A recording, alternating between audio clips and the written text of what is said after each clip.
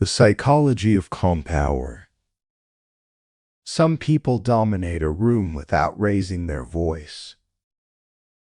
They don't rush, they don't react quickly, they don't explain themselves endlessly.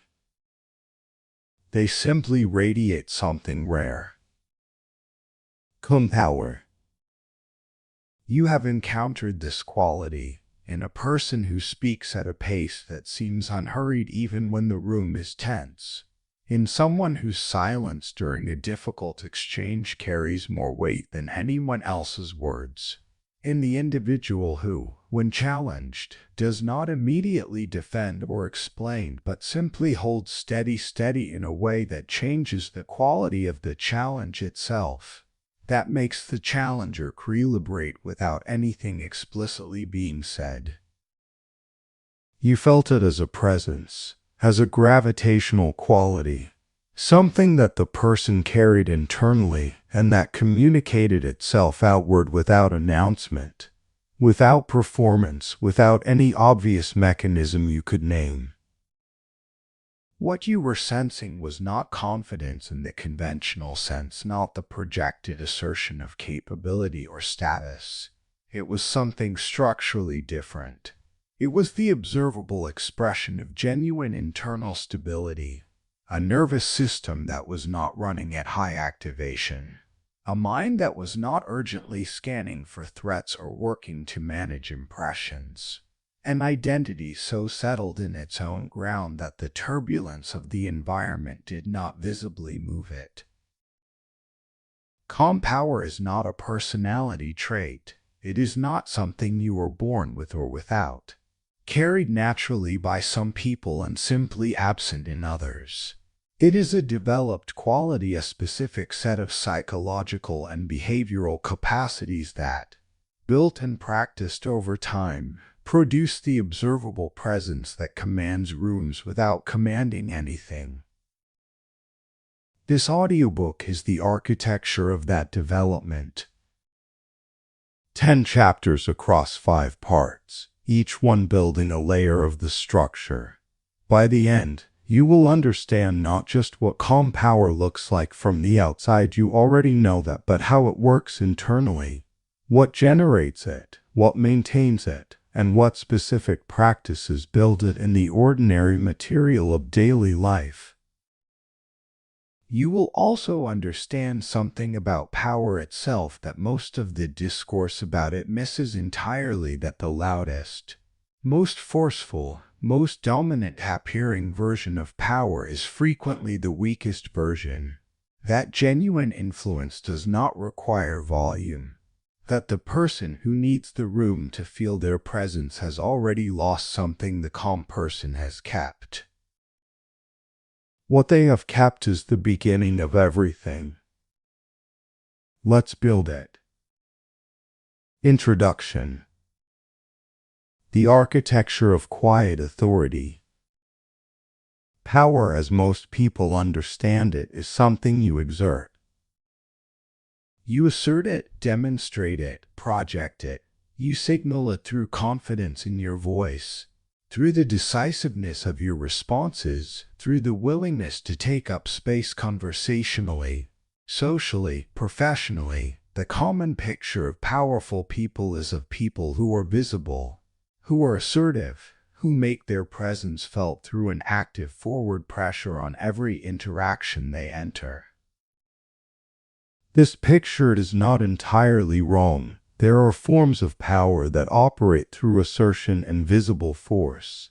In specific contexts and specific hierarchies, forward pressure achieves things that quieter approaches cannot. This audiobook does not deny that. What it addresses is a different kind of power, one that is less familiar in popular discourse about influence, less explicitly taught, and in many contexts more effective than any amount of assertion. The power that operates not through exertion but through presence. That influences not through pressure but through the quality of stability that the regulated nervous system communicates to every nervous system around it. To understand why calm power works, You need to understand something about how human beings read each other. The social brain, the neural systems responsible for processing interactions with other people, is continuously and largely automatically reading the emotional states of others. Through facial expression, vocal tone, movement pace, the quality of attention being given, the physiological signals that others' bodies communicate without anyone deciding to communicate them, you are constructing, at every moment in every social interaction, a model of the other person's internal state. This model is being built and updated below the threshold of conscious awareness, and it is shaping your own responses, your trust level, your openness to influence, and your assessment of the other person's authority. When the model your social brain builds of another person reads regulated, stable, not urgently scanning for threat, something specific happens in your own nervous system. The shared physiological state tends slightly toward the state you are reading. The activation in your system decreases slightly. You feel slightly safer, slightly more open. Your own processing becomes slightly less defensive. And the person whose state produced this shift in you becomes, as a direct neurological consequence, someone you find more trustworthy, more authoritative, more worth attending to. This is not metaphor. It is the actual mechanism through which calm power operates. The architecture of quiet authority, then, is not primarily a collection of behavioral techniques. The behaviors are real, and this audiobook describes them in detail. But they are expressions of something internal, genuine internal stability rather than performances of it. The performance of calm that does not rest on actual internal regulation is detectable. The social brain that is reading you continuously is not fooled by performed composure for long. It reads the inconsistencies between the vocal tone and the movement pace, between the facial expression and the body tension, between the words and the physiological signals beneath them. What communicates genuine calm power is genuine calm. And genuine calm is built from the inside out, from specific internal practices, specific habits of thought and response, specific ways of relating to your own emotional experience that produce, over time, an actual change in how your nervous system operates under pressure. The external effect follows from the internal reality. Build the internal reality. Part 1 begins with understanding exactly what that reality is and why it produces the effect it does. Part I. What calm power really is. Most people's intuitions about power are calibrated to its loudest, most visible expressions. Volume, force, visible confidence, social dominance through assertion. These are the forms of influence that attract the most attention and therefore shape most people's understanding of what influence looks like. Part 1 corrects that calibration, not by dismissing the louder forms of influence, but by establishing precisely how calm power works, what psychological mechanisms it operates through, why the nervous system reads it as authoritative, and why, in many of the most consequential social contexts, it outperforms every form of projected confidence. Understanding this changes how you see power in the rooms you already inhabit. Chapter 1. The Quiet Advantage. The loudest person rarely has the most influence.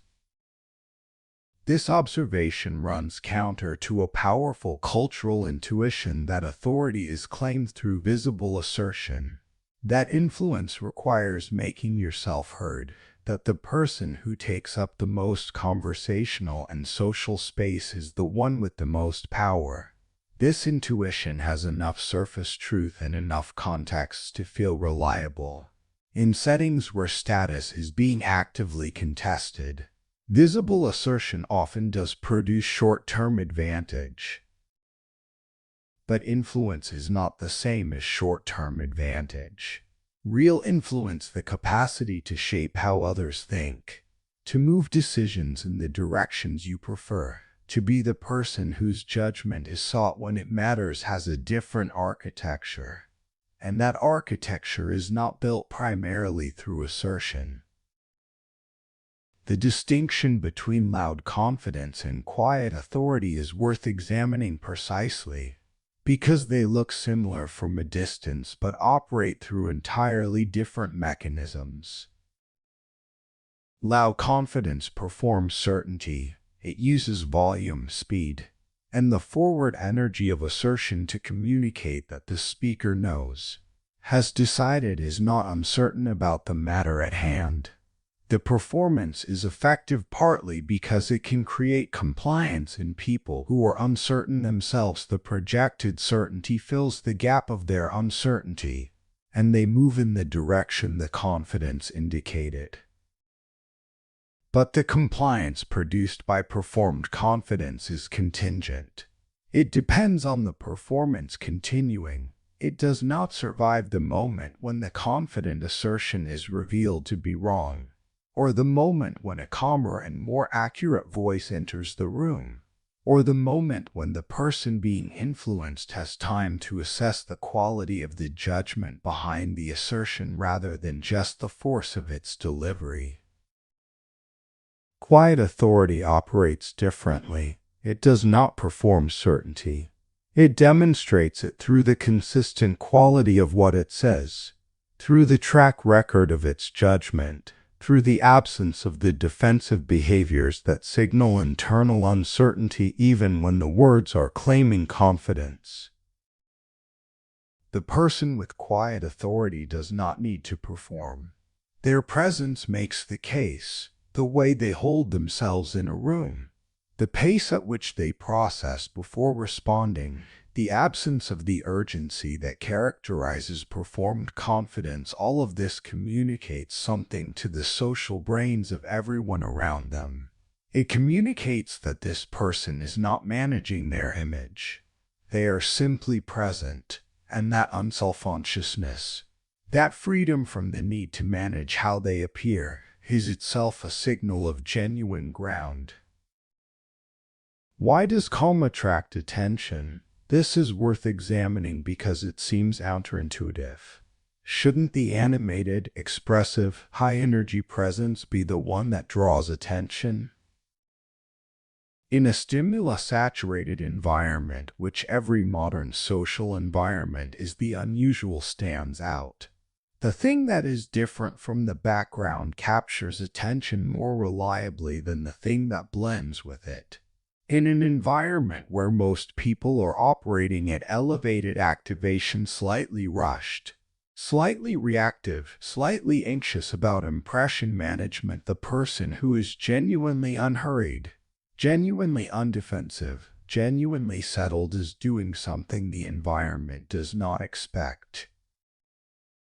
They become a figure against a ground of anxiety, and figures attract the gaze. The psychology of presence deserves careful attention because presence is one of those words that is used widely but defined rarely. Presence in the psychological sense is not visibility. It is not the projection of energy or the occupation of conversational space. It is the quality of actually being where you are, of having your attention genuinely directed at the current moment and the people in it, rather than being distributed across concerns about what happened before or what might happen next, across social monitoring of how you are being perceived, across the management of impressions and the calculation of responses. This kind of presence is rare. Most people, in most social interactions, are partially somewhere else. Their attention is divided between the current moment and the ongoing internal processing of adjacent concerns. They are physically present and psychologically distributed. The interaction gets a portion of them. The current moment gets a fraction. The person who is genuinely present, whose attention is actually here, actually directed at this person, actually engaged with this moment, communicates something to the people around them that the distributed presence cannot.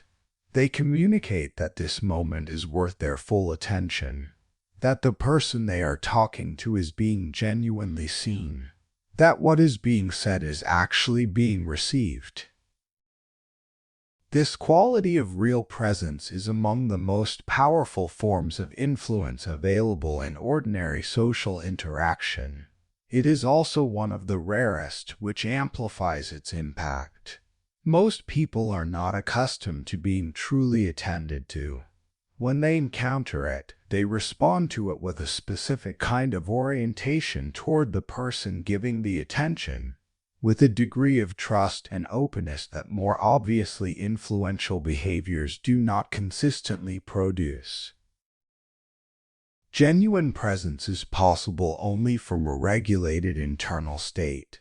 The person whose mind is running at high activation, scanning for threats, managing anxiety about impression, urgently processing multiple concerns simultaneously, cannot give this quality of attention to the current moment. The regulated nervous system, the deliberate pace, the absence of the urgency that distributes attention across adjacent concerns, these are the prerequisites for presence. Calm is not incidentally related to presence. It is the condition that makes it possible. Chapter 2. Why calmness signals strength. Emotional stability communicates safety. The social brain reads emotional states in other people continuously and automatically. This reading happens faster than conscious thought. It produces conclusions, trust, threat, safety, danger before the deliberate mind has processed the same information. And because it happens below the threshold of conscious awareness, the conclusions it produces feel like direct perceptions rather than inferences. The calm person feels trustworthy. The agitated person feels unreliable. These are not thoughts arrived at through analysis. They are felt immediately in the moment of contact. The feeling of safety produced by another person's regulated state is not trivial. It changes what becomes possible in the interaction. A person who feels safe is more open, more willing to share genuine positions, more willing to consider alternatives to their current view, more willing to be influenced. A person who does not feel safe is more defensive, more committed to their stated positions regardless of new information, more alert to potential threat and ambiguous communications, less open to the kind of genuine exchange through which influence actually operates. The calm person, simply by being regulated, creates conditions in which influence is more available. This is not manipulation. It is the natural consequence of what emotional stability communicates to the nervous systems of others. How does the brain read calm behavior?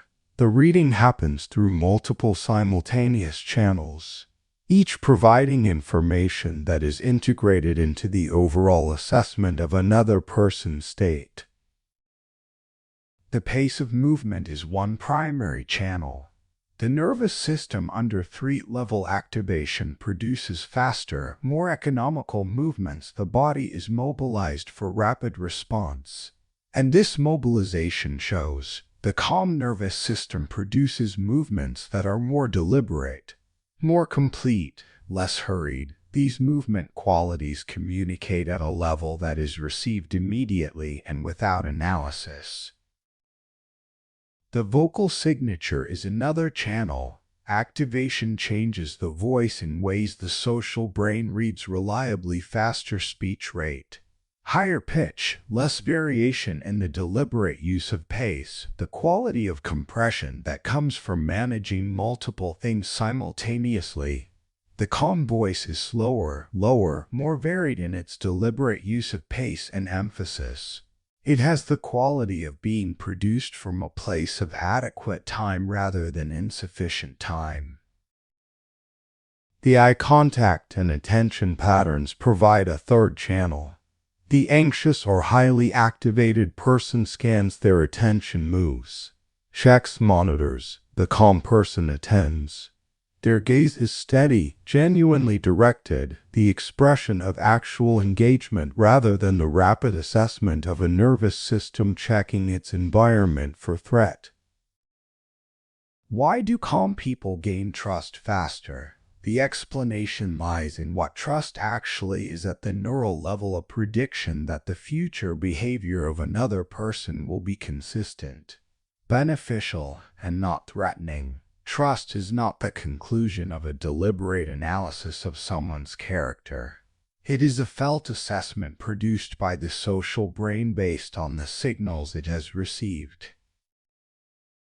The calm person's signals consistently predict a specific kind of future behavior, one that will not escalate, that will not be driven by reactive emotion, that will maintain quality under conditions that would destabilize others. This prediction, felt rather than calculated, produces trust much faster than any explicit demonstration of competence or character. It also produces something closely related to trust: the perception of competence itself. The association between calm and capability is not arbitrary. In most domains of human activity, calm under pressure produces better results than reactive behavior under the same pressure. The social brain, which has been learning these associations across the entire history of human interaction, has encoded the expectation that calm predicts good judgment. When it reads calm, it infers capability. The leadership effect of emotional steadiness is the most consequential expression of calm power in professional and social contexts, and it operates through the mechanisms described throughout this chapter in a specific way. Leadership is not primarily the exercise of authority in the formal sense. It is the shaping of how groups think and behave, the influence on collective direction that determines what a group actually does as opposed to what it is told to do. This influence operates largely through the emotional tone of the interaction between leaders and the people they lead. When the emotional tone is anxious, reactive, urgency-saturated, the group mirrors it. The nervous system synchronization described in the introduction means that the emotional state broadcast by a central figure in a group is partially adopted by every other member of the group. The anxious leader produces an anxious team, not through command or instruction, but through the automatic physiological contagion of shared nervous system states. When the emotional tone is stable and deliberate, the group mirrors that instead. The calm leader, not the perfectly composed performance, but the genuine internal stability that produces the behavioral signals described in this chapter, changes the baseline activation level of everyone around them. They create conditions in which clearer thinking is more available, in which the reactive escalations that derail groups under pressure are less likely to self-sustain, in which the quality of collective judgment is better than it would be under more activated leadership. This effect does not require formal authority. It requires only genuine regulated presence, maintained consistently enough that others' nervous systems have learned to calibrate to it.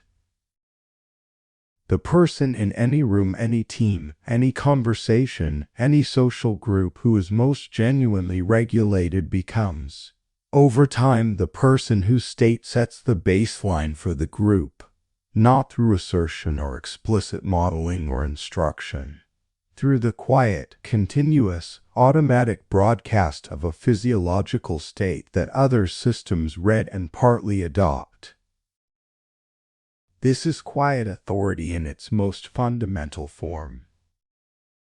It does not need the room to notice it. It simply operates.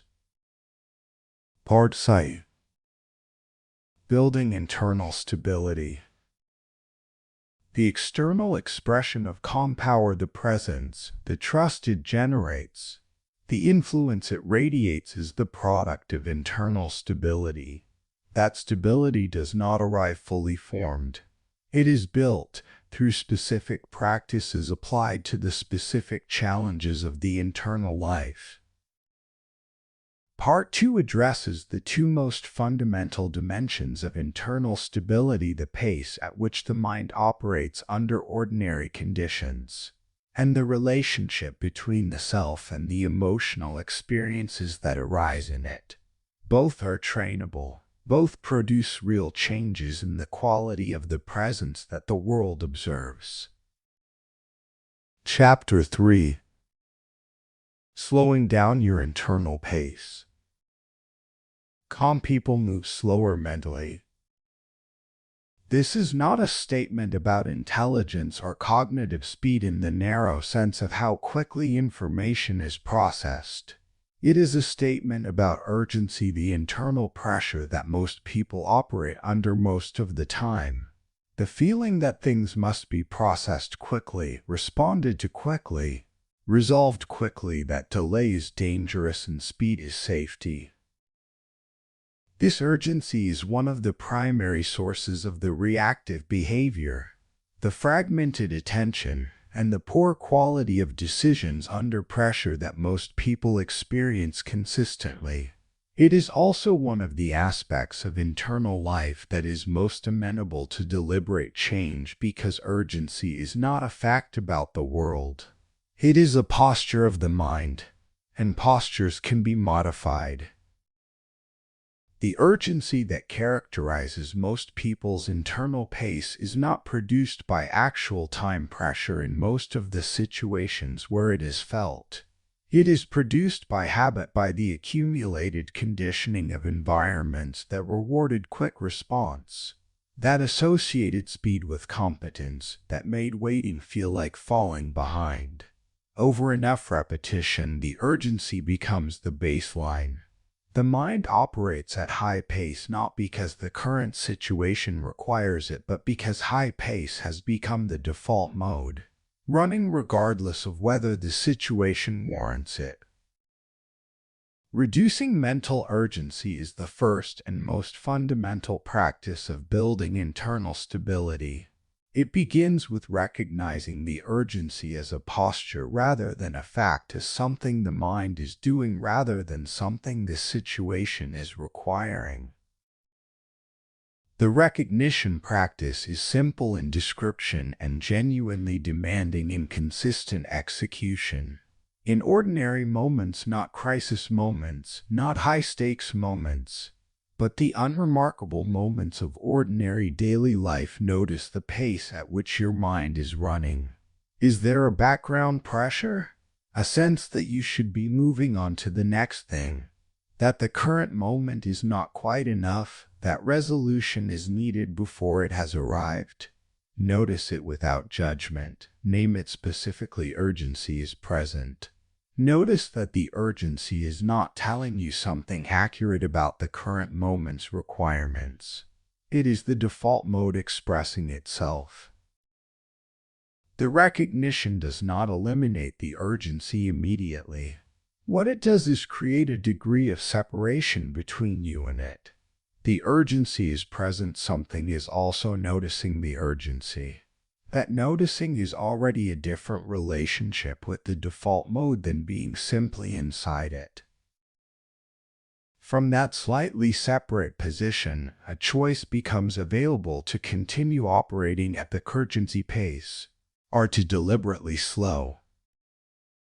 Thinking before responding is the behavioral expression of reduced mental urgency, and it is worth understanding precisely what this means in practice because it is frequently misunderstood as hesitation or deliberateness in the sense of slow or cautious thinking. Thinking before responding is not about the quality or speed of the thinking. It is about the relationship between the internal process and the external expression. The urgency-paced mind produces its responses and expresses them in rapid succession, often before the internal process has genuinely reached a useful conclusion. The result is that the expression precedes the thinking, that what is said or done reflects the first available output of the mind rather than the most useful one. The deliberate pause before response, even a pause of seconds, changes this relationship. It creates a gap in which the internal process can run slightly further before the expression occurs. The response that follows the pause is not necessarily the product of long deliberation. It is the product of a slightly more complete internal process than the immediate response would have expressed. Over time, this habit changes the quality of what you produce in interactions, not in a dramatic, immediately visible way. Gradually, across many interactions, the consistently higher quality of considered responses builds a reputation and a self-concept that reinforces the practice and motivates its continuation. The power of deliberate pacing extends beyond the quality of individual responses into the quality of the overall presence you project.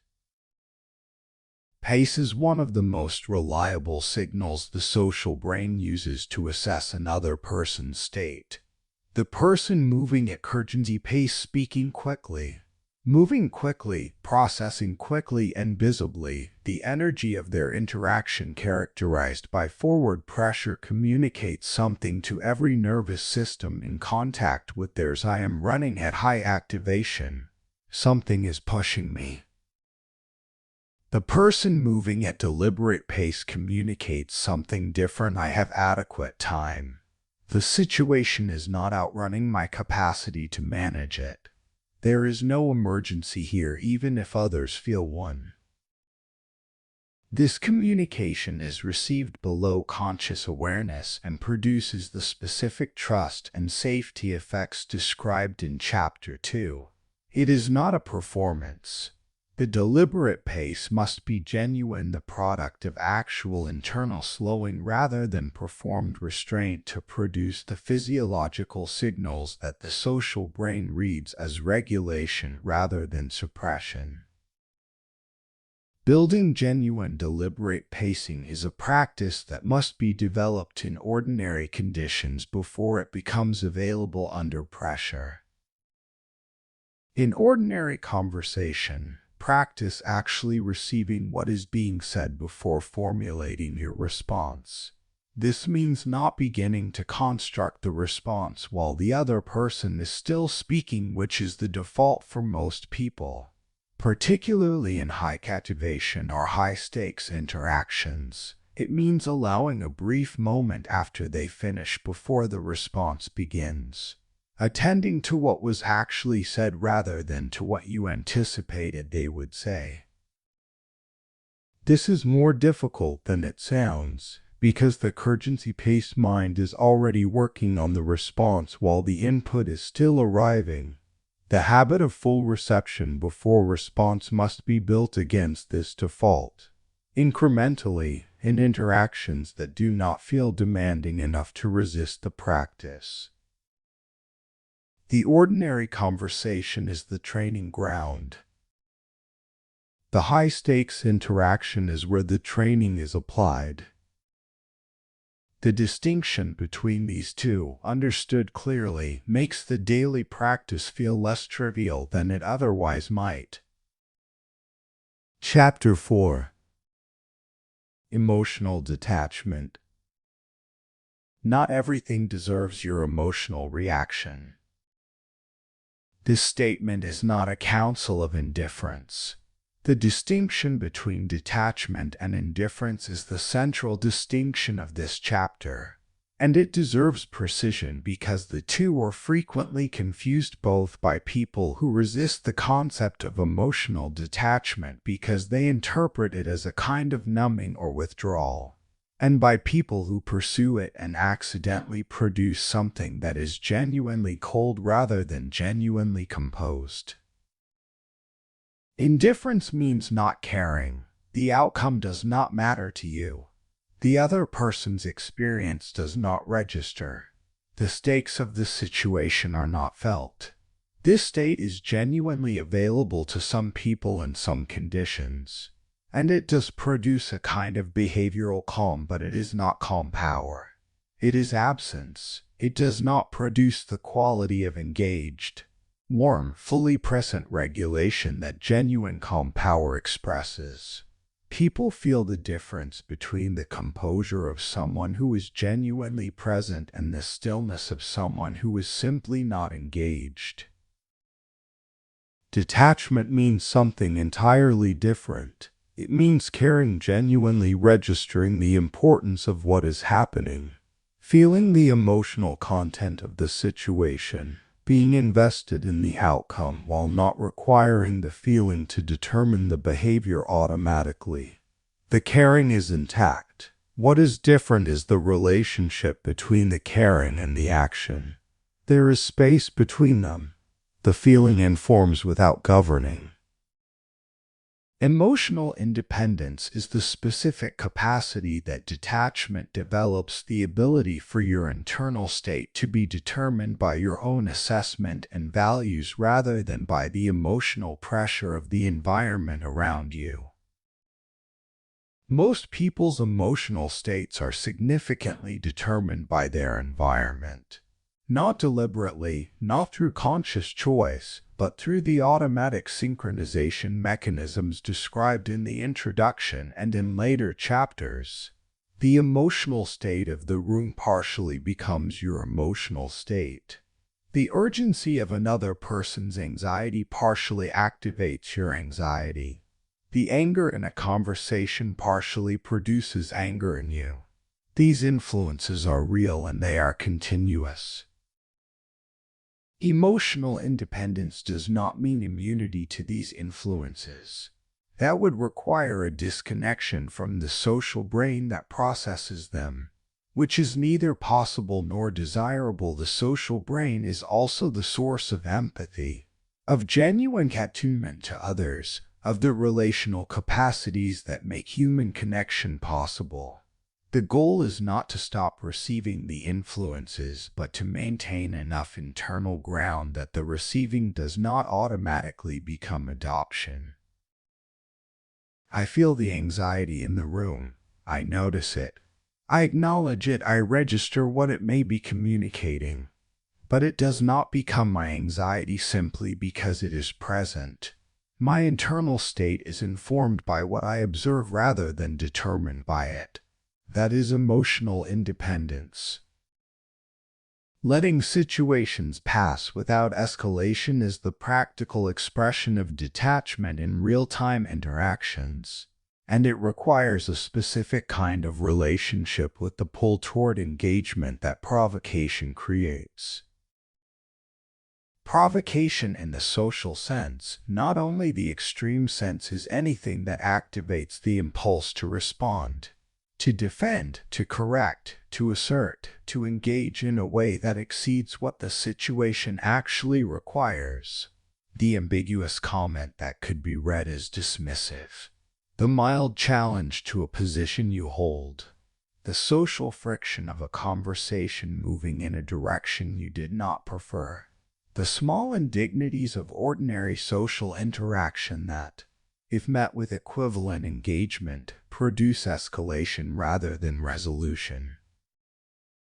The default response to provocation is engagement. Say something back. Demonstrate that you noticed. Make it clear that you are not the kind of person who lets things pass without comment. This default feels like standing your ground. It often produces the opposite. The statement made in response to provocation gives the provocation more weight than it had before. The response escalates the temperature of the exchange and commits both parties to a conflict that neither of them intended and that neither benefits from. Letting situations pass without escalation is not the suppression of the response impulse. The impulse is real and acknowledged. It is the deliberate exercise of selectivity about which situations merit the investment of emotional engagement. Not every challenge needs to be met with a challenge. Not every implicit criticism requires a defense. Not every friction point requires an explanation. The person who lets things pass without escalation is not communicating that the things don't matter to them.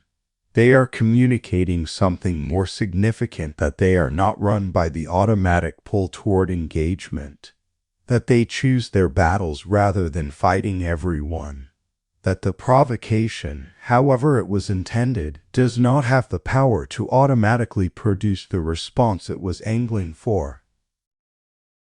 This is what detachment looks like from the outside.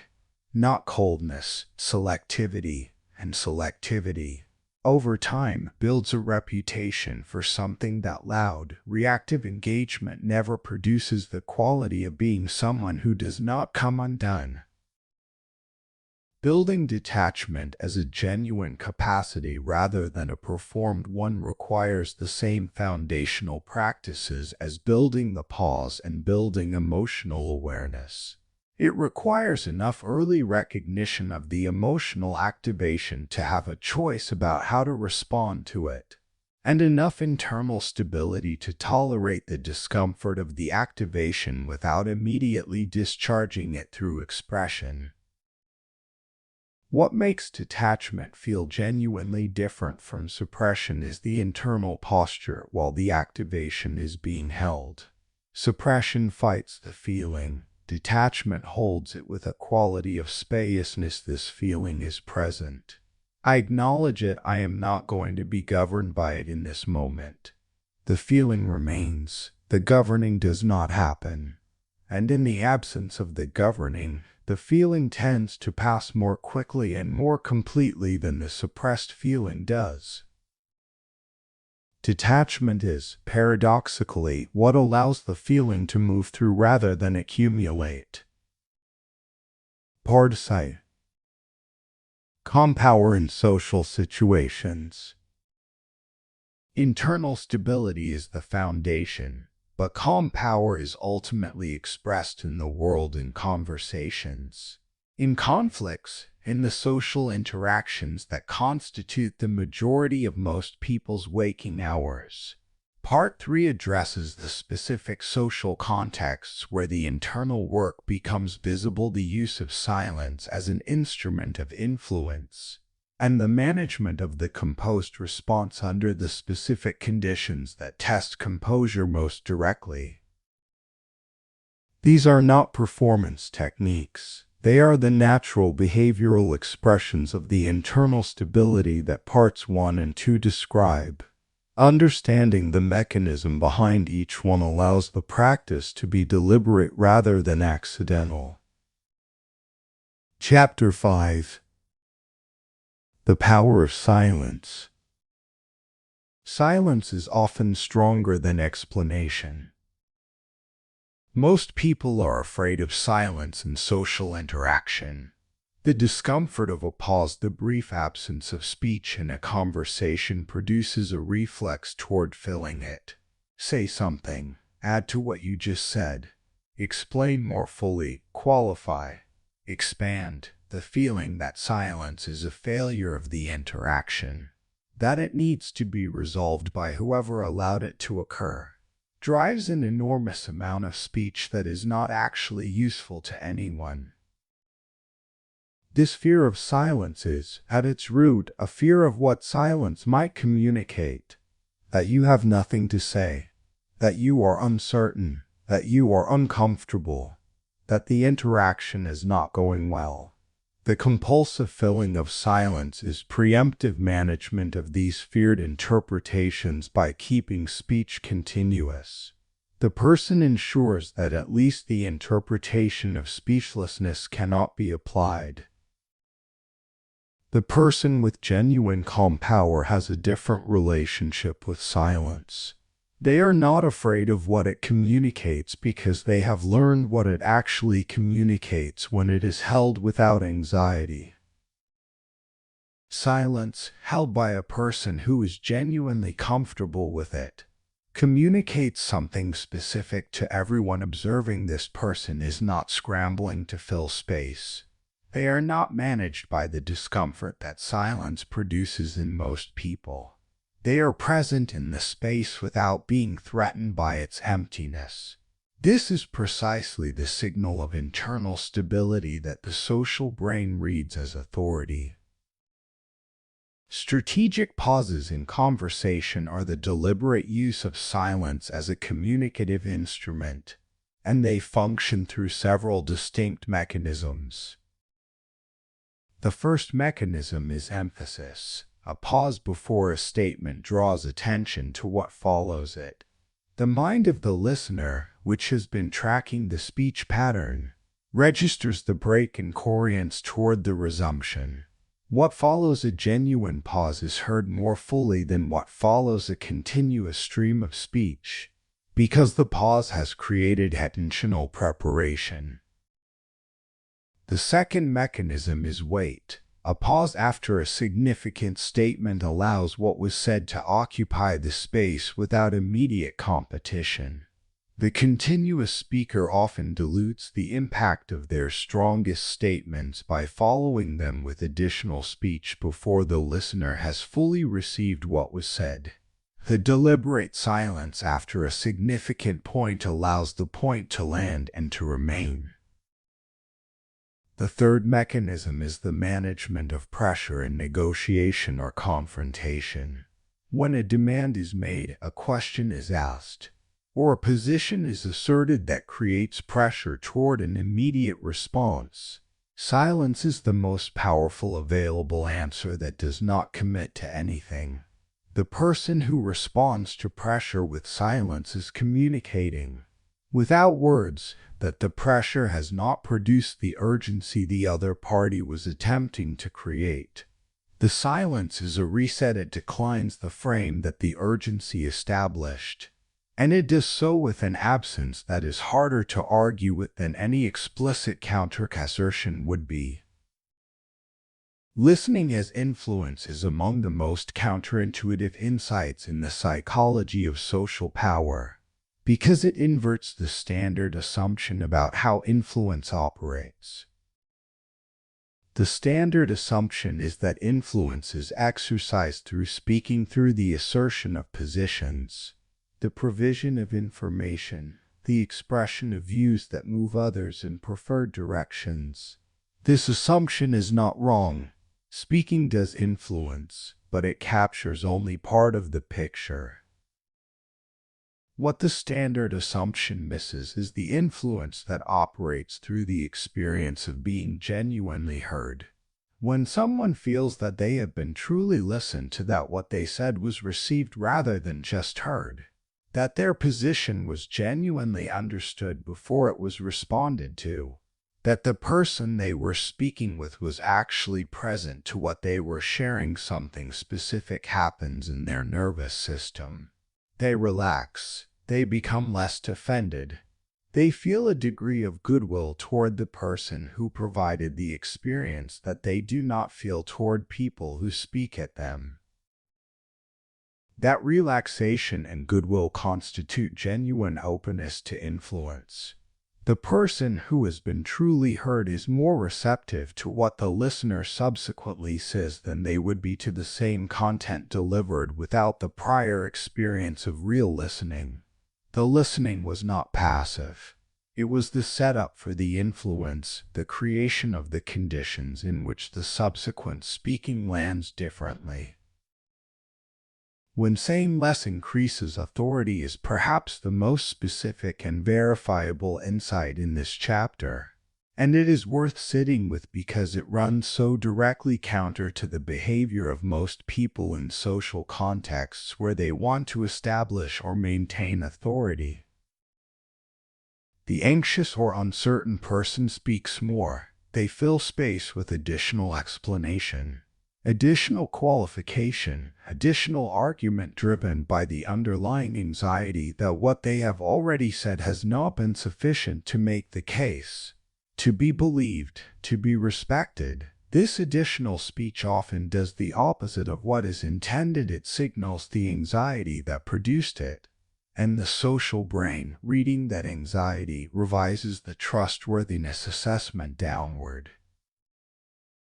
The certain person speaks less, not because they have less to say, but because they have enough confidence in the quality of what they have said that they do not need to prop it up with additional speech. The statement stands. The silence following it is the expression of that confidence. And the social brain, reading the absence of the defensive additional speech, reads confidence. The less the person explains and qualifies and defends, the more weight what they do say carries. This is the counterintuitive arithmetic of authority. Saying less, when done from genuine internal ground rather than performance, produces more. Chapter 6. Responding without losing composure. Emotional control is visible. Everything described in this audiobook about how the social brain reads other states operates in both directions. Just as you are reading others continuously and automatically, they are reading you. The signals you broadcast through your voice, your movement pace, your eye contact, the quality of your attention are being integrated by their social brains into a continuously updated model of your internal state. This means that how you handle criticism, confrontation, and pressure is not just felt by you. It is observed by everyone present. And what it communicates, observed, does more to establish or undermine your authority than almost anything else you do in social interactions.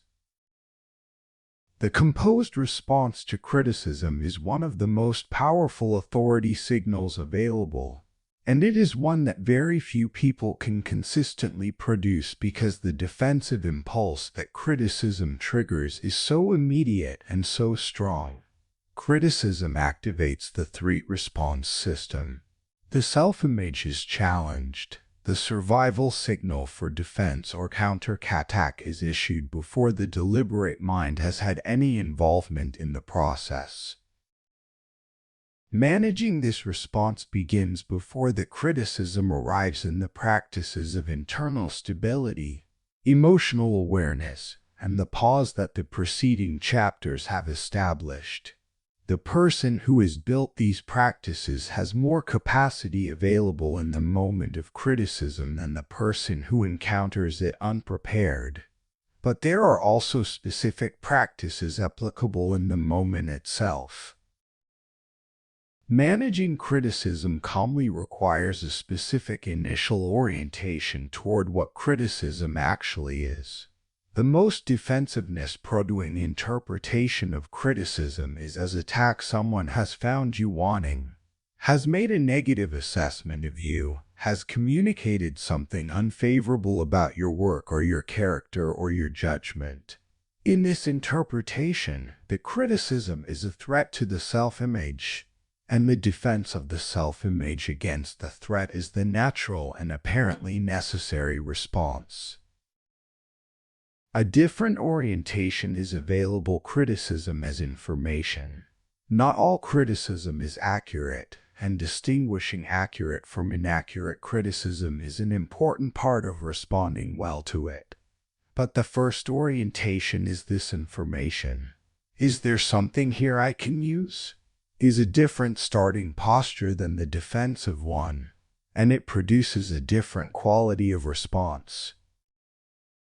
The person who visibly receives criticism with genuine openness, who does not immediately counter-argues, who does not stiffen into defensiveness, who demonstrates through their response that they actually heard the content rather than just the threat, is doing something rare in social interaction. They are showing that their self-concept is stable enough to receive challenge without requiring immediate protection. That stability is observed and read as authority. Handling confrontation with clarity is a related but distinct challenge from managing criticism, because confrontation involves not just challenge to your position, but active relational friction. Another person who is pushing against you, who may be elevating their emotional tone, who is creating pressure that your system reads as threat. The principles from the earlier chapters on conflict apply directly here. The deliberate pace slows the interaction. The observer position maintains access to the deliberate mind under conditions that would otherwise narrow it. The detachment practices keep the confrontation from being met with equivalent emotional escalation. What is specific to confrontation, beyond the general principles, is the importance of response quality over response speed.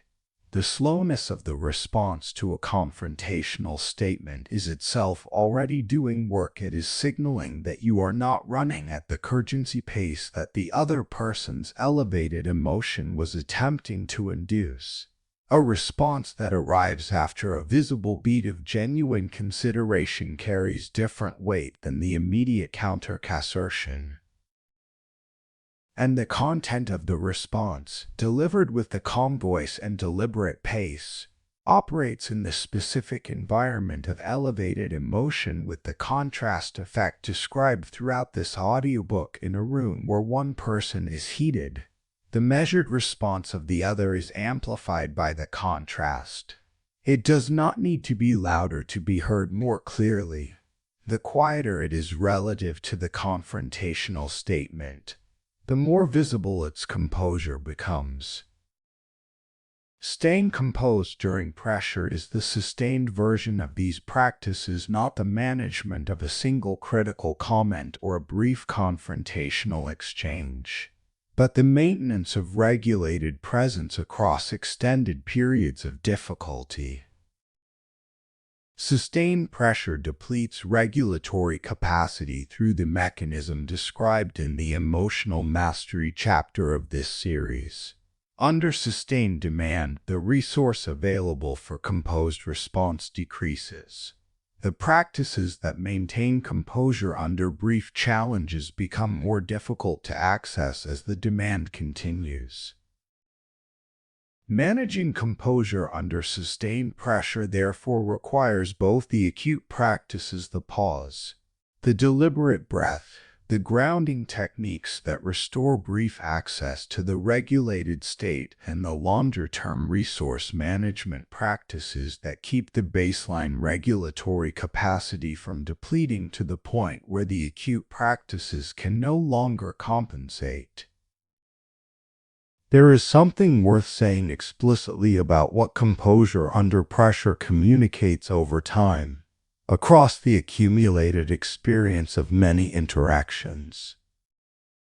A single instance of composed response to difficulty might be read as fortunate circumstances, a day when things happen to go smoothly, a challenge that happened to be manageable. A pattern of composed responses across many instances, across varied conditions and different kinds of pressure, communicates something that a single instance cannot. This is how this person operates. This is who they are. The composure is not situational, it is structural. That structural reading is what builds genuine reputation, not the impression management of performing well on selected occasions, but the accumulated evidence of consistent quality across the full range of conditions that ordinary professional and social life provides. Composure is built occasion by occasion. Reputation follows. Part IB. Psychological influence. Parts 1 through 3 have established the internal architecture and the social expressions of calm power. Part 4 examines its influence, how the regulated presence of a calm person propagates through groups, changes collective dynamics, and constitutes a form of leadership that operates through something more fundamental than authority, instruction, or conventional power. The mechanisms in this section are real and specific. Understanding them changes how you think about influence and about your own capacity to shape the environments you inhabit. Chapter 7.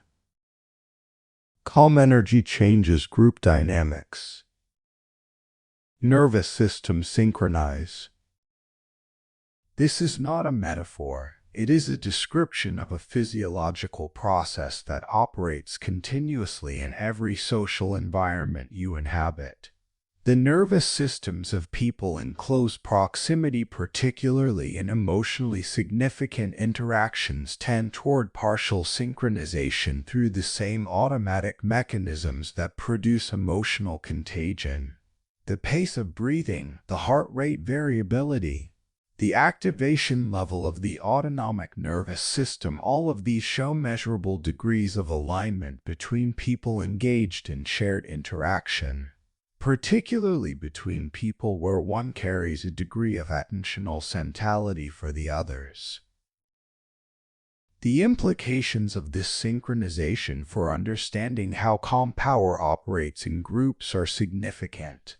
The person in a group whose physiological state others are synchronizing toward the person whose nervous system is, in the relevant sense, setting the pace does not need to say or do anything explicitly to influence the group's collective state.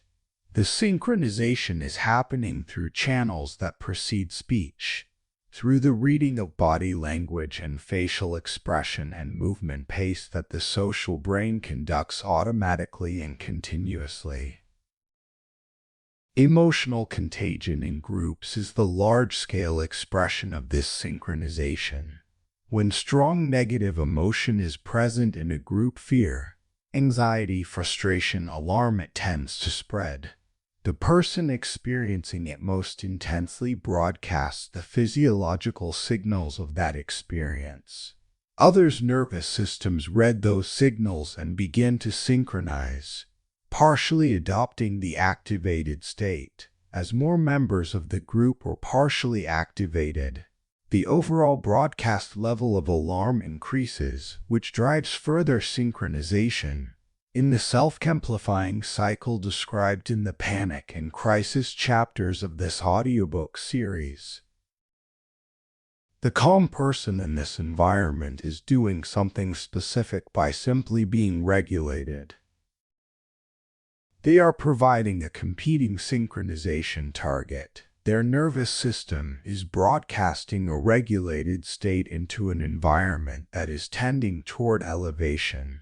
Other social brains, which are continuously reading all available states in the environment, receive this regulated signal alongside the elevated ones.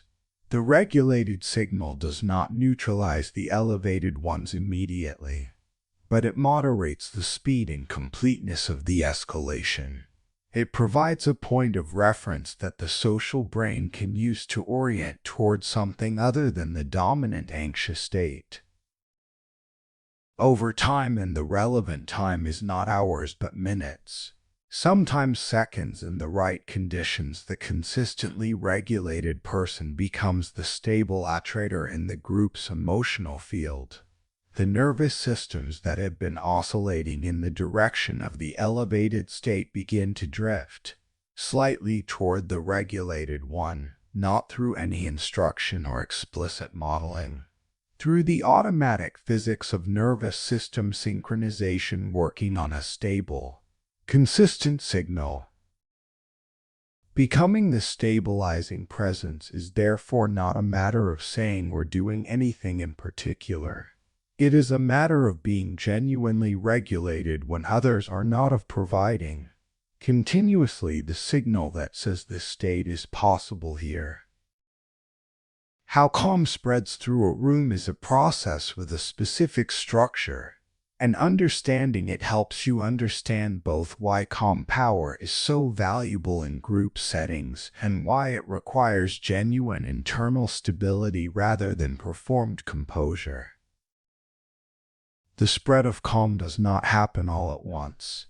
It begins at the points of closest relational proximity to the calm person, the people who are most attending to them, who have the most established relationship with them, whose nervous systems have the most practice synchronizing with theirs. From those initial points, the regulated state propagates outward through the network of attentional connections in the group. The speed of this propagation depends on several factors: the degree of attentional centrality of the calm person, whether others are already oriented toward them, the quality and consistency of the regulated signal, and the intensity of the elevated state that is competing with the regulated one. A group in full panic will take longer to stabilize than a group in mild anxiety. But in both cases, the regulated presence is doing work, and the work compounds over time. The reason performed composure does not work as well as genuine regulation in this process is the inconsistency of the signal. The social brain reads multiple channels simultaneously, and a performed calm that rests on internal agitation produces inconsistencies between the channels. The voice may be steady, but the movement pace gives something away. The facial expression may be controlled, but the quality of attention is scattered. These inconsistencies are read as information this person is managing something. The management itself, being activated, is part of the broadcast. The stabilizing effect is reduced. The genuinely regulated person produces a consistent signal across all channels simultaneously, because the regulation is producing the signal rather than the regulation being imposed over an inconsistent signal. This consistency is what makes the stabilizing effect real rather than limited to the window during which performance can be maintained. Build genuine regulation. The group effect follows. Chapter 8. Calm leadership. People follow emotional stability. This claim is worth examining carefully because it seems to conflict with a powerful intuition about what leadership requires. Leadership, in popular conception, often implies energy, the forward pressure, the visible drive, the emotional activation that motivates others through its own activated quality. The inspired leader, the passionate leader, the visibly committed leader. These are real forms of leadership and they produce real effects. The problem is that they are state-dependent. They depend on the leader maintaining a specific kind of emotional activation, and on that activation being appropriate to the current circumstances, and on the people being led responding positively to that kind of energy. Under the specific conditions that require these things, they work. But under the conditions that test leadership most severely, crisis, sustained pressure, genuine uncertainty, the moments when the people being led are frightened and the situation is genuinely serious, what people follow is not energy, it is stability. The nervous system under stress looks for regulated states to synchronize with. It is looking for a signal that says someone here has their hands on this. Not urgency. Urgency amplifies the distress. Not forced positivity that creates cognitive dissonance with what is actually being experienced. Steadiness, the genuine regulated presence of someone who is engaged with the difficulty without being overwhelmed by it. This is what people follow when the situation is hard. And in following it, they are not making an abstract judgment about the leader's qualities. They are responding physiologically to the stabilizing signal the regulated leader broadcasts. Leadership through composure operates through a specific mechanism that distinguishes it from leadership through authority in the formal sense. Authority produces compliance. People do what the authority instructs because of the consequences of not doing so. This is real and often necessary. It is also limited. It produces behavior up to the level that the compliance motivation sustains and no further. It does not produce the discretionary engagement, the additional effort, the genuine investment of judgment and creativity that distinguishes adequate performance from excellent performance. Composure produces something different from compliance. It produces trust, the felt assessment described in Chapter 2, the sense of safety that the regulated presence generates. And trust produces discretionary engagement. The person who trusts their leader brings more of themselves to the work than the person who merely complies with them, not because they have been motivated through incentives or inspiration, but because the environment of trust that composure creates makes it safe to genuinely invest. The composed leaders group produces better outcomes than the anxious or reactive leaders group, on average and across time, primarily because the composed environment allows the group's actual capability to be more fully expressed. Anxiety constrains performance, trust releases it. Decision-making without panic is the specific executive capacity that calm leadership most directly improves. Under pressure, the quality of decisions degrades in specific and predictable ways. The range of options considered narrows. The time horizon for consequence assessment shortens. The tendency toward default choices and familiar patterns increases. The capacity for the kind of creative, integrative thinking that genuinely difficult problems require decreases. These are not failures of intelligence or effort. They are the consequences of the neurological shift toward fast, thread-oriented processing that high activation produces. The composed leader, genuinely regulated under the same conditions that are producing these cognitive costs in others, maintains more access to the deliberate processing that good decisions require. The range of options they consider is wider.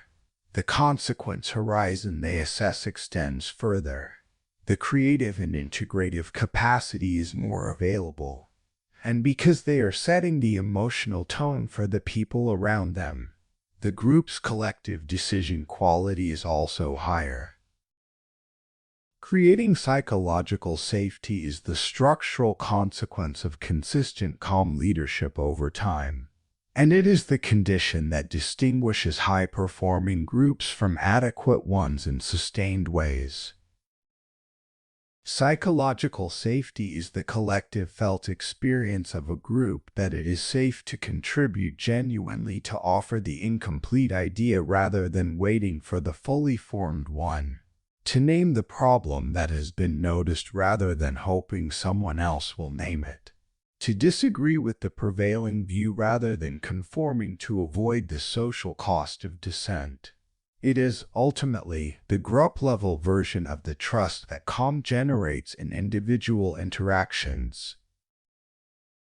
This safety is not created through explicit instruction to speak up or through stated policies about the value of diverse views. It is created through the consistent emotional tone of the leader in the moments that test it, how disagreement is received, how incomplete contributions are treated, how mistakes are responded to. In each of these moments, the composed response genuinely curious rather than defensive, genuinely evaluative rather than dismissive, genuinely stable rather than threatened by the input either builds or undermines the collective felt sense of what is safe here. The composed leader builds it consistently over time, not through any single response, but through the accumulated pattern of responses that establishes the genuine character of the environment they create. Psychological safety, once established, becomes a significant group resource.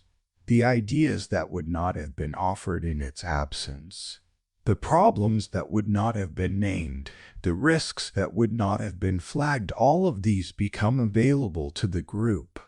The quality of collective intelligence increases, not because the individuals have become more intelligent, but because the environment allows their intelligence to be more fully expressed.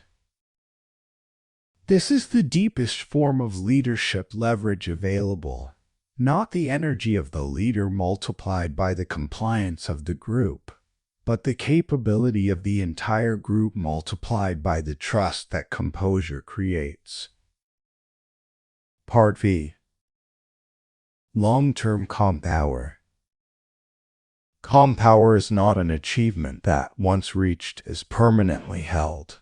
It is a practice, an ongoing, daily discipline of building and maintaining the internal stability from which everything described in the preceding chapters flows. Part 5 addresses the long-term dimension of this practice, the specific habits that maintain stability across the variable conditions of ordinary life, and the identity-level integration that transforms the practice from something you do into something you are. The destination is a person whose calm is not the product of current favorable conditions, but of genuine internal architecture that performs across the full range of conditions that life provides. Chapter 9. The discipline of emotional balance. Calm is built daily. This is the sentence that prevents the misunderstanding of calm power as a fixed state that some people have and others do not. It is not a state. It is a daily practice, one that, maintained consistently, produces the state. One that, neglected consistently, allows the state to erode even in people who have spent significant time building it. The erosion is not dramatic. It is gradual. The day that fills with urgency without periods of deliberate slowing. The accumulated stress of a week that never had any genuine recovery built into it. The emotional activation that keeps arriving without being processed because there has been no time for the processing. The slow, quiet increase in baseline activation level that is not noticed until it has been building for long enough that ordinary interactions feel harder. Ordinary frustrations feel more intense. The quality of presence and deliberate response that seemed natural 3 weeks ago now requires visible effort. This erosion is not inevitable. It is the predictable consequence of not maintaining the practices that build and sustain the regulated baseline. And its prevention is not complicated. It requires the consistent application, across ordinary days, of the specific habits that maintain emotional balance. Habits that maintain stability are distinct from the practices that build stability from a low baseline. The building practices are intensive. They require active work against established reactive patterns, deliberate effort in the moments of temptation toward urgency or escalation, the sustained application of new approaches in contexts that are pulling strongly toward old ones. The maintenance habits are lighter because they are operating on a system that has already been brought to a reasonable baseline. They are the daily practice of not letting the baseline erode. The most fundamental maintenance habit is the deliberate daily period of genuine mental quiet. Not meditation necessarily, not any specific formal practice, simply some period in the day when the input stream is reduced and the mind has space to process what has accumulated rather than receiving additional input that adds to the backlog. The walk without headphones, a morning period before the devices are engaged. The deliberate transition between work and personal life that does not involve immediately picking up the next stimulus. This period does not need to be long. The value is in its consistency rather than its duration. A regular brief period of genuine mental quiet does more to maintain emotional balance than an occasional extended retreat that is followed by an immediate return to maximum stimulation. The regularity signals to the nervous system that quieting is part of the normal rhythm rather than an emergency intervention. Mental recovery practices are the specific techniques used within and between demanding periods to restore the regulatory capacity that the demands deplete. Physical movement is one of the most reliable recovery practices, for the reasons described in the Emotional Mastery chapter. The activation of the body that sustained mental effort produces is metabolized through physical activity more efficiently than through continued rest. The person who takes a brief walk between cognitively demanding periods returns to the next period with more deliberate processing capacity available than the person who sat still for the same duration. The deliberate reduction of decision load, the intentional simplification of the choices that need to be made in non-ritual domains conserves the regulatory resource for the situations that genuinely require it. Every routine decision that has been pre-decided, every habit that has been established to handle a recurring situation without fresh deliberation, every simplification of a domain that was previously generating unnecessary complexity, all of these represent maintenance investments that pay regular dividends in preserved regulatory capacity. Attentional rest, the practice of directing attention toward things that do not require analysis, evaluation, or management, particularly things in the natural or physical world, allows the directed attention networks to restore between periods of high demand. The research on directed attention fatigue is consistent. The deliberate cognitive mode depletes with use, and what restores it most efficiently is not continued cognitive engagement at lower intensity, but genuine shift to a different mode of attentional engagement.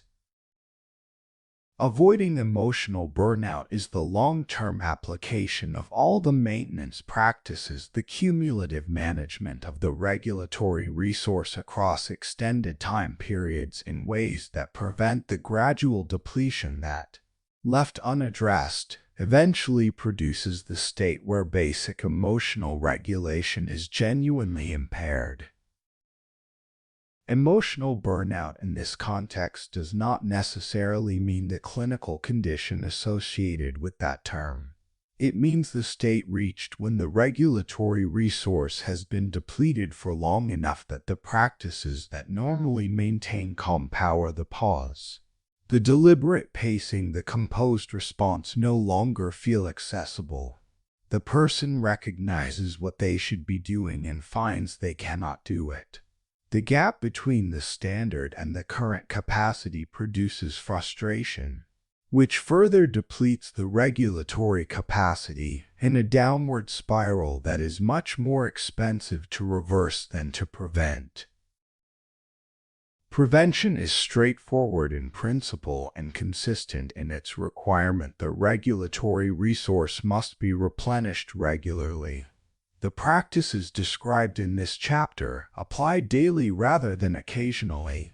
Accomplish this, the discipline is not in any individual practice. It is in the consistency of application across the variable conditions of daily life. Calm is built daily. It is also lost daily when the building stops. Keep building. Chapter 10. Becoming unshakable.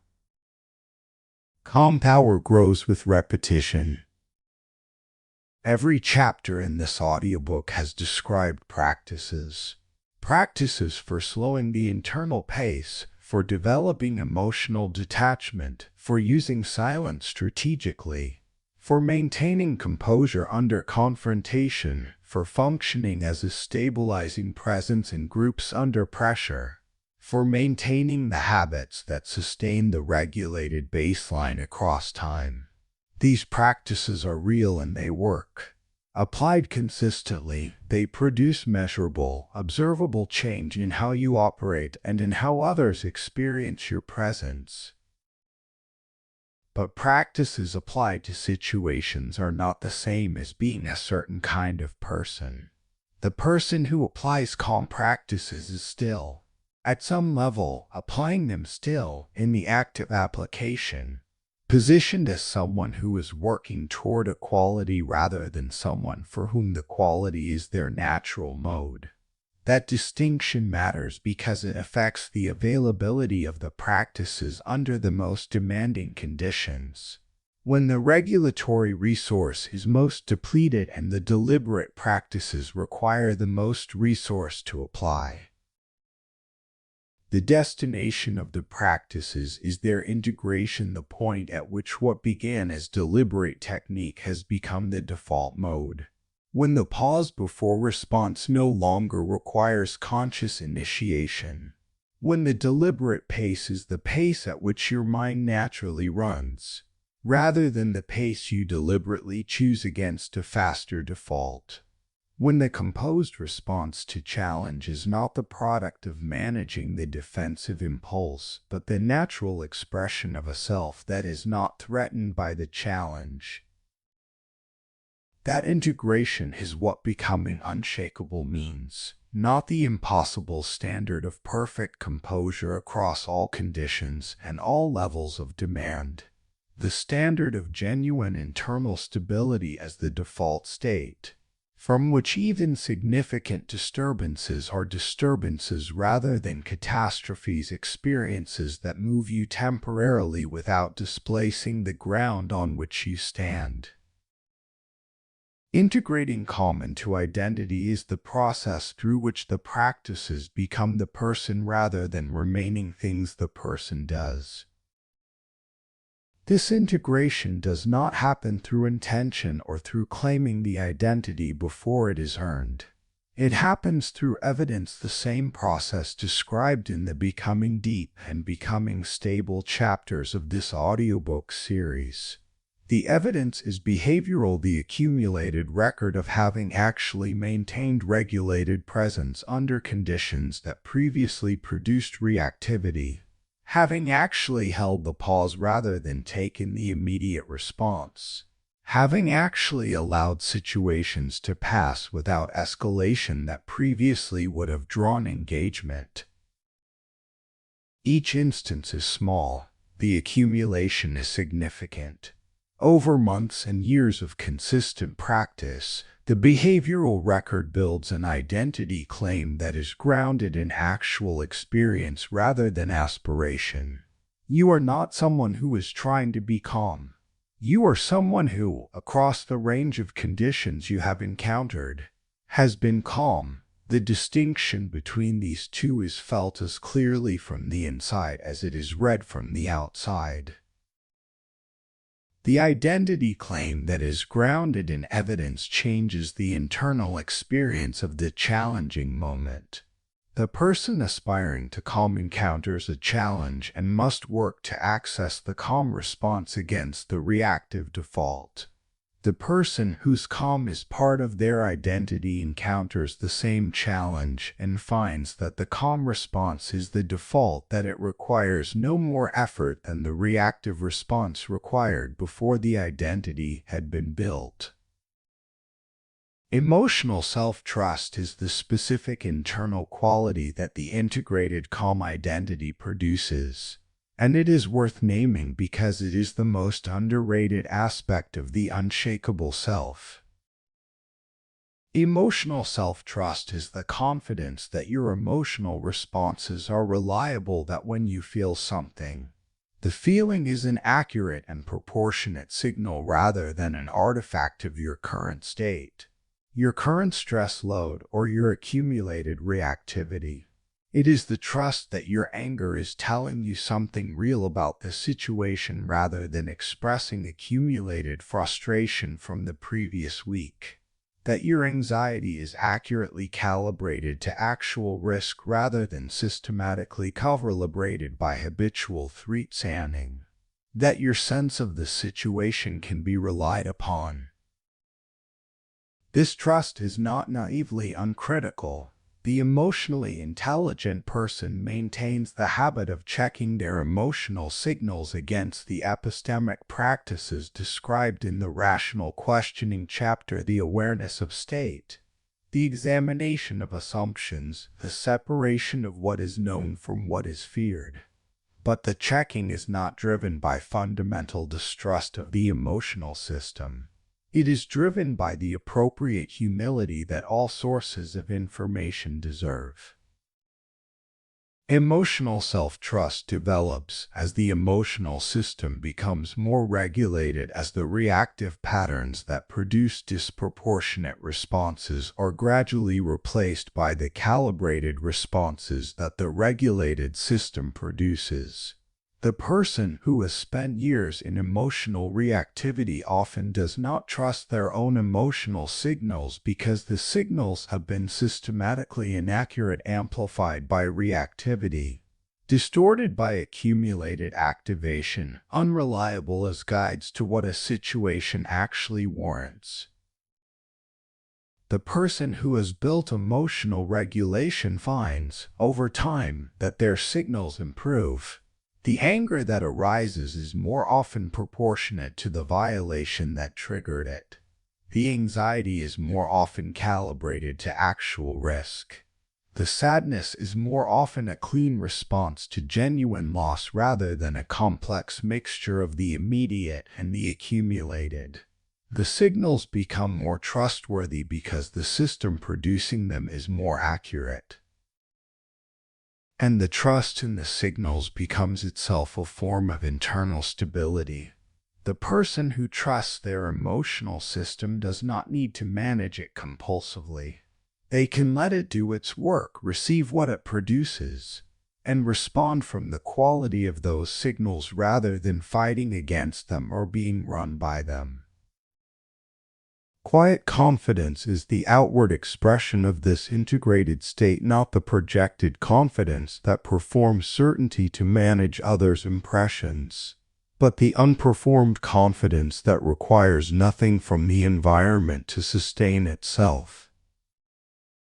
The quietly confident person does not need agreement to feel certain. They do not need validation to feel capable. They do not need the approval of the room to feel that their presence has value.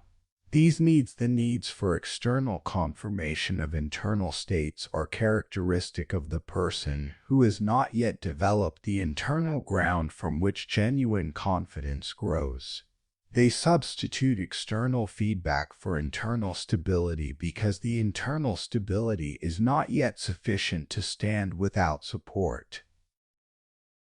The person whose calm has been integrated into identity has developed enough internal ground that the external feedback, while welcome, is not structurally necessary. They can receive it or not, hear agreement or disagreement, encounter approval or challenge, and their sense of ground remains.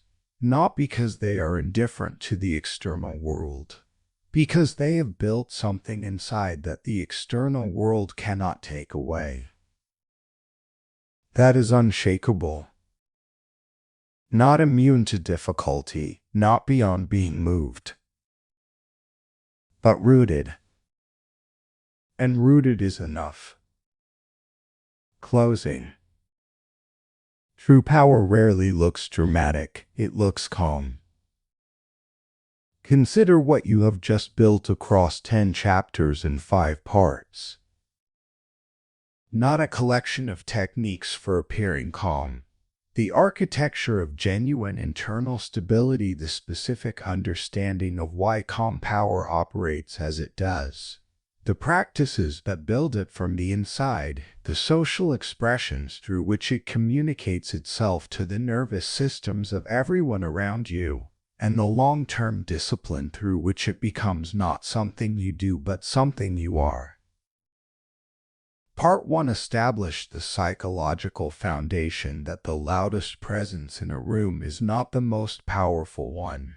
That genuine authority operates through the quality of presence rather than through its volume or force, and that the calm person attracts attention precisely because they are doing something the environment does not expect. They are not running at the urgency pace of the world around them, and that the social brain reads this immediately, automatically, and responds to it with trust.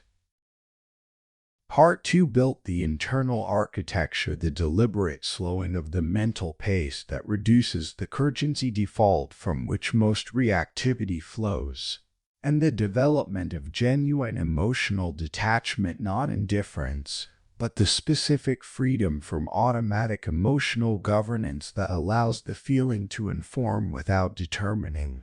These internal capacities are the prerequisites for everything visible in the chapters that followed. Part 3 took the internal work into social expression, the strategic use of silence as an instrument of emphasis, weight, and the management of pressure, and the specific practices of composed response under criticism, confrontation, and sustained difficulty, the behavioral expressions through which the internal stability is read by others and through which the reputation for composed authority is built, occasion by occasion, across the accumulated experience of social interaction. Part 4 expanded the scale from the individual to the group, the mechanism through which calm energy propagates through rooms and changes collective states through nervous system synchronization, and the specific ways in which calm leadership, not authority, not directive energy, but the genuine regulated presence that creates psychological safety, produces group performance that the anxious leadership cannot reach. And Part 5 pointed toward the destination, the daily discipline that maintains the regulated baseline, and the identity integration through which the practices become the person, through which the quiet confidence, the emotional self-trust, and the genuine unshakability that rest on built internal ground replace the performance of composure that requires continuous maintenance and fails under sufficient pressure. Something deserves to be said about what the opposite of calm power looks like, because the contrast illuminates what is being built. The opposite of calm power is reactive authority. The person who commands through volume, through the demonstration of willingness to escalate, through the creation of social discomfort in those who do not comply, through the assertion of status rather than the demonstration of judgment. This form of authority works in specific conditions and fails in others. It is expensive, it requires continuous maintenance, it produces defensive rather than genuine compliance, and it is most available exactly when it is least useful in the ordinary conditions of non-risus, and least available when it is most needed in the genuine crises that require the clear thinking that activation prevents. Calm power is different in every relevant dimension. It is generative rather than expenditure-based. It builds through use rather than depleting through it. It produces genuine trust rather than defensive compliance. It improves under pressure because it is built from genuine internal stability rather than from the projection of a state that pressure tends to expose as not genuine. and it operates on others through the most fundamental mechanism available in human social interaction, the direct physiological influence of one regulated nervous system on the nervous systems around it. The person you are building through the practices in this audiobook is not dramatically different in appearance from the person you were when you began. The changes are internal, and many of them will not be visible in any single interaction. What becomes visible over time, over weeks and months of consistent practice, is a pattern. The pattern of the person who is consistently a degree more settled than the situation requires, a degree more deliberate than the provocation demands, a degree more present than the social environment expects. That pattern, observed across enough interactions and enough time, is what produces the reputation this audiobook has been building toward, not the dramatic impression made in a single high-stakes moment, but the quiet, accumulated authority of someone who is recognizably, consistently, genuinely stable. Power at its deepest is not what you exert on others. It is what you have built inside. The capacity for genuine presence, the ability to hold difficult moments without being undone by them, the internal ground that the external world cannot remove. You do not need to announce it. You do not need to perform it. You simply carry it. True power rarely looks dramatic, it looks calm.